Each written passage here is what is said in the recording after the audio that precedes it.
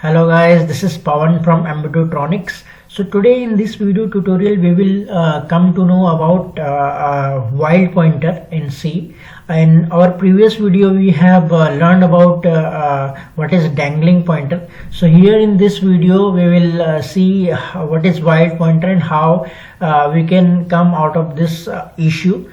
So basically here if I'll talk about the definition of wild pointer, in many interviews people ask this what is wild pointer. So you just have to say that wild pointer is nothing but the pointer which is uninitialized, or we can say declaration of a pointer. Here you can say the comment declaration of a pointer without initialization. So if we are not initializing any pointer, so that pointer is basically a wild pointer.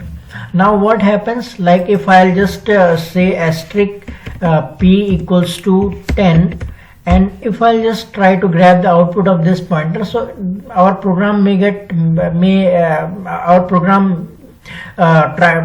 misbehaved, or it may lead to undefined behavior, obviously. So it may get crash also. So to avoid these scenarios, you always have to initialize this pointer.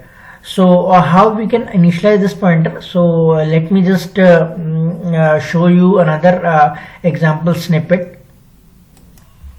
So here you can see, like I have taken one variable sum value, and I am just initializing one initializing with 42, assigning with this value, and now I am telling that one proper pointer variable I have taken, and here I am just assigning the address of some value to this proper pointer. Now I'll just whenever I'll just dereference this pointer, then this pointer is no longer a wild pointer. So by assigning any valid value, you can avoid such scenarios. So this is the first case, and in another case, one more case would come when we can explicitly declare initialize our pointer, like using malloc function or calloc function.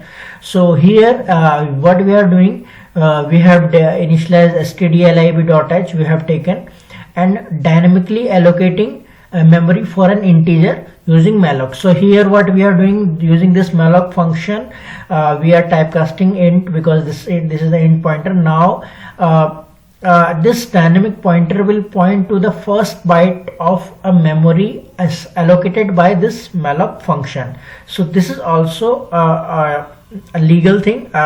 We can do this thing because anyway this will allocate memory, and this pointer is now pointing to the valid memory location, which is the first byte of this malloc function. So now here we are checking whether this dynamic pointer is null or not. Then we just say memory allocation failed. Here we are initializing with 100, and we are just printing it. Now this dynamic pointer is no longer a wild pointer. So obviously we have to free this dynamic pointer so that we can avoid this memory leakage thing. This memory leakage and all I'll just explain in my later parts of videos. So I hope you understand now what is wild pointer and how we can avoid such scenarios. Thanks for watching this video.